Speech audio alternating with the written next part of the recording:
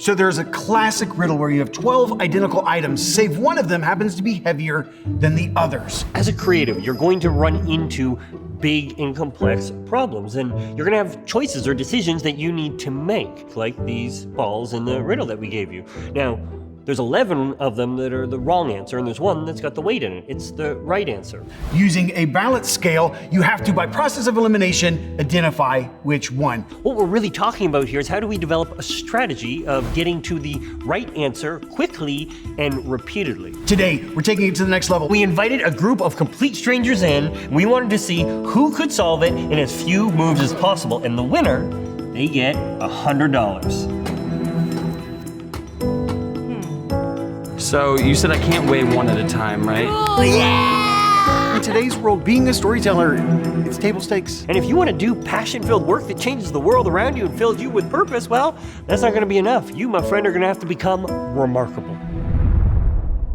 12 identical objects, one is slightly heavier, and you've got to try and use as few moves as possible and the scale to figure out which one is heavier. This is absolutely game-changing when you can master this way of thinking, but it's not easy. It takes a while and it takes practice. I think it's just the scope of what strategy to develop here. You understand? A little bit. I blacked out for a second. But it can unlock some of the most massive things that you're going to run into and allow you to sort through them and come away with remarkable stories. Are you clear on the idea? I think so. Yeah, okay. Let's go! Before we dive in to the actual right answer, there are 3 wrong or perhaps poor approaches that we want to take you through. And these are approaches that are not going to lead you to being a remarkable storyteller. And with that, your time starts now.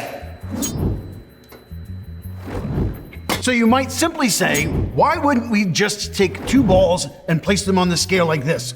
And then replacing this, and replacing this, and replacing this. Now, eventually you would get the solution. No, there's no strategy here.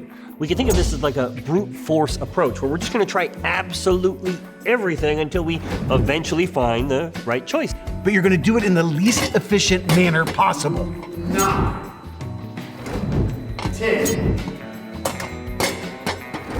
I think this one. Well, you got the fastest time.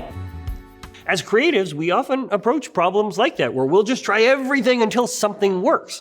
Yes, it may get you there, but it's not very effective. That's what we're going for. We're going for efficiency here. Which one of these balls is heavier? Throw them all up on there and see. This one. Why? Because I said it is. Number 2 is an opposite way of thinking about it, but it's equally ineffective. And this is where we saw some of the participants who were afraid to make a move. They were like, well, if I don't make a move, then I can't get it wrong, and therefore I'm just gonna sit here and think. Well, first off, I'm confused. Okay, I want to like pick up all the balls and hold them. Is that okay? But I know the rules. Now, if you're watching this and it's your dream to be a filmmaker, or you have a certain type of creative you want to get into and you're not making a move because you're waiting for permission, or that fear of failure is keeping you in paralysis. There's the elimination strategy or the addition strategy. I hate puzzles. I came here for the $20. I can't just... Well, then this could be a really good opportunity to break out of this thinking and move ahead with a far stronger strategy. So we want to avoid just doing every single move. We also want to avoid not making any move out of a fear of failure. Now, the number 3 way that is, we saw some of the participants move the balls onto the scale and then they would react. They would see what happened and then they would go, okay, so now what do I do next? What that indicates to us is there wasn't a next move planned. They were living one move at a time, then seeing and then going, okay. And what we really notice in that is that they're putting balls on the scale, putting balls off the scale. Okay, now I'll try this, now I'll try that. We have not thought 2 or 3 moves ahead. And the reality is, to be a remarkable storyteller, guess what, my friends? We need to think 2, 3, 4 or more moves ahead. We need to have far more thought and intention. Oh! Yeah, I think it'd be this one. Right here.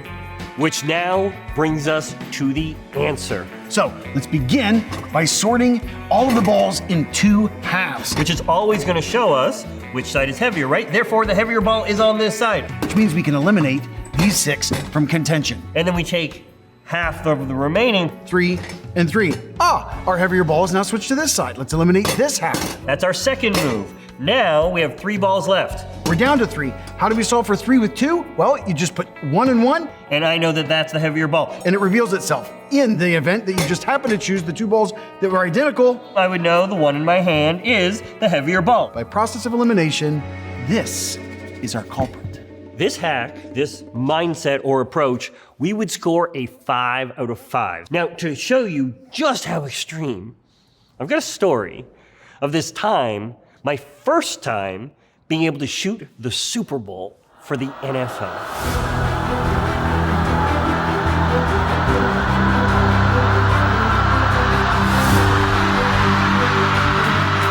I didn't sleep the night before. I show up 6-7 hours early, and I go in to get my credentials. But when I go up to the desk, they're like, "Excuse me, Mr. Moreau, we don't have your name down."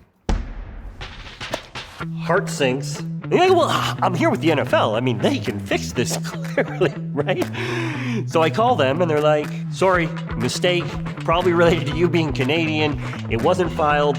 Why don't you go back to your hotel room? You get paid for the day, and just take the day off. Enjoy the game."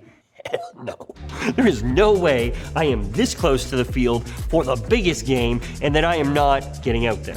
I got a big problem. I've got a complex problem. I've got an ambiguous problem that I'm gonna try and figure out. The next time you're in the field and you're faced with what feels like an insurmountable challenge, we need to take a moment, step back, and assess the situation. Commit, dive in.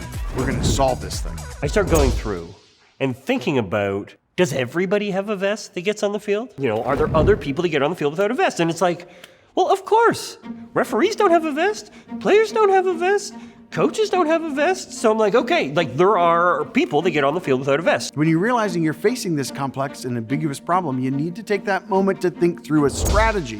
Whatever you do, don't fall into the common missteps of just starting to take random action and doing anything in hopes that something will work. And then I start going, okay, well, hold on. What do I have that could make me feel like I belong? Of course, one of the tools I had with me was a big Steadicam. So I'm like, if I've got the full Steadicam and the arm and the big camera and everything, like it feels more like I'm not just a tourist trying to get it on the field. And it might make sense that I don't have a vest on because like I wouldn't want it to interfere with the fancy camera. So instead, the first thing that we need to do is establish what we know and what we don't know. So I get the Steadicam on and I'm walking around and I'm looking for a hole, a way that I might be able to go out with somebody else who doesn't have a vest. And that's when I turn the corner and there was a group of New Orleans Saints cheerleaders.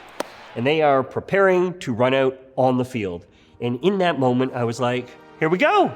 Ladies, I'm here. Your camera is here. And for real, I didn't know if they were gonna be like, we don't have a camera. Who are you? But I'm banking on the fact that this operation is so big that they're just not gonna know. And they didn't. They start getting excited. Oh my God, okay, where do you wanna go? Well, of course, I wanna go in the center of the circle. I said, nobody can see me. And then an officer comes out, he calls them on the field, 10, 9, 8, and then we run out, security breaks, and there I am, all access of the field. And what I notice when I get out, every single security person looking the other way. And I was able to spend the entire game filming from the sidelines, all access, with my Steadicam because I didn't back down from this big and complex problem, but instead really worked through it.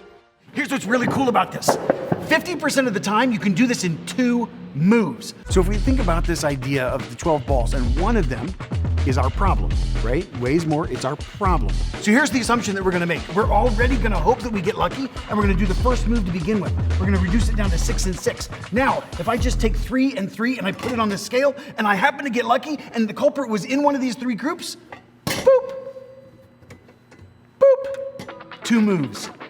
There she was.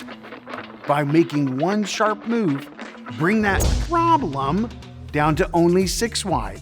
Imagine how much more focus, clarity, and action we can take knowing that. To bring this all home, this show is about helping you become a remarkable storyteller. And remember that remarkability lives at the intersection of excellence and the unexpected. And so when you have a big and complex problem, if you're committed to the remarkable, then that means you can't let go of the excellence. Therefore, it's on you as the creative to outthink the problem and to look at unexpected ways that you can still make it happen. This feels heavier over here.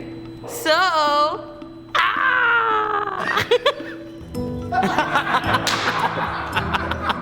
Our man, crushing. Pay this man his money. Alrighty, if you're digging this so far, and if you share our desire to use the power of story to make a difference, And join us by subscribing to our channel, by clicking on the notification bell, and by commenting.